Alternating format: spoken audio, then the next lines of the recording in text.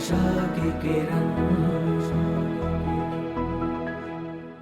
જે યુવાપને આપ્યું છે સ્વામીના શબ્દ, હું એ માનું છું સદગુરુ ગુણાતીતાન સ્વામીને આપેલા આટલા શબ્દો શાસ્ત્ર માત્રનો સાર, શાસ્ત્ર માત્રનો સાર છે.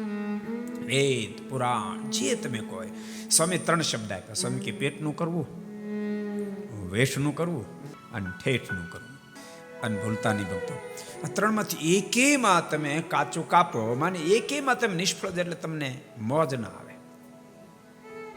તમને પસ્તાવો થાય, પોતા માટે કશું જ ન કરી શકો.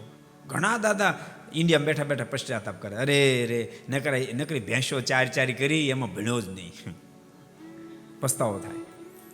પોતા માટે ન કરે તો પશ્ચાતાપ થાય, પરિવાર માટે કશું ન કરી શકે તો પણ પશ્ચાતાપ થાય. મારા પરિવાર માટે કાંઈ ન કરી શક્યો. ભૂલતા નહીં, પેટનું ન કરીએ તો પશ્ચાતાપ થશે, વેઠનું ન કરીએ તો પશ્ચાતાપ થશે. અને આ શબ્દો મારે યાદ રાખજો. આ શબ્દ ભૂલતા નહીં. ઠેઠનું કરવામાં જો કચાશ રહી જશે ને તો મહા પસ્તાવો થશે, મહા પસ્તાવો થશે, જેનો કોઈ એન્ડ નહીં હોય, એન્ડ નહીં હોય.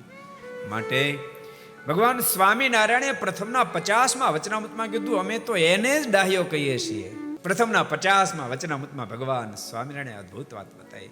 ભગવાન શ્રી હરિકે પોતાના મોક્ષને માટે જે દાખલો કરે છે એને મેં કુશાગ્ર બુદ્ધિ વાળો કહીએ છીએ. યા નિશા સર્વભૂતાનામ તસ્યામ જાગ્રતિ સંયમી યશ્યામ જાગ્રતિ ભૂતાની સા નિશા પશ્યતો મુને. કેવા અદ્ભુત શ્રુતિના વાક્યો છે. એ સાચા અર્થમાં જાગ્યો છે જે મોક્ષને પથે સાવધાન બન્યો છે. અને મોક્ષને પથે જે સાવધાન બને, વિષયને માર્ગે આરામથી સૂતો છે. અને વિષયને માર્ગે જે સાવધાન બને, મોક્ષને માર્ગે સદૈવ માટે સૂતો રહે છે. એટલે ભગવાનના ભક્તો, મારી તમને બધાને ભલામણ છે, મિલિયનપતિ થાવ, બિલિયનપતિ થાવ, ટ્રિલિયનપતિ થાવ, આખી દુનિયા સંકલ્પ કરે છે, પણ માત્ર સંકલ્પ કરવાથી ધ્યેય સુધી નથી પહોંચાતું. સંકલ્પ કર્યા પછી દાખલો પણ એટલો જ કરવો પડતો હોય છે.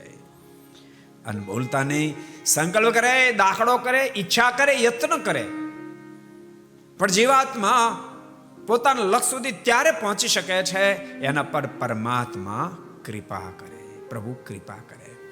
બોલતાની આધ્યાત્મિક મહત્વમાં ઈચ્છા કરી અને યત્ન કરનારનો પર અવશ્ય મેવ ઠાકોરજી અનુકંપા કરે છે. એનો સંકલ્પ ઠાકોરજી પૂર્ણ કરે છે. માટે બધાને કહું છું, સંકલ્પે કરજો, યત્ને કરજો, મહેનત કરજો. સત્સંગ માટે, સત્સંગ અભિવૃદ્ધિને પામે, લોકો આધ્યાત્મિક પથમાં ગતિ કરે. એટલા માટે જ્યારે સત્સંગ હોય, મંડળ હોય, ત્યારે અવશ્ય મેવ એની અંદર ભાગ લેતા શીખજો. એ મારી તમને બધાને ભલામણ છે.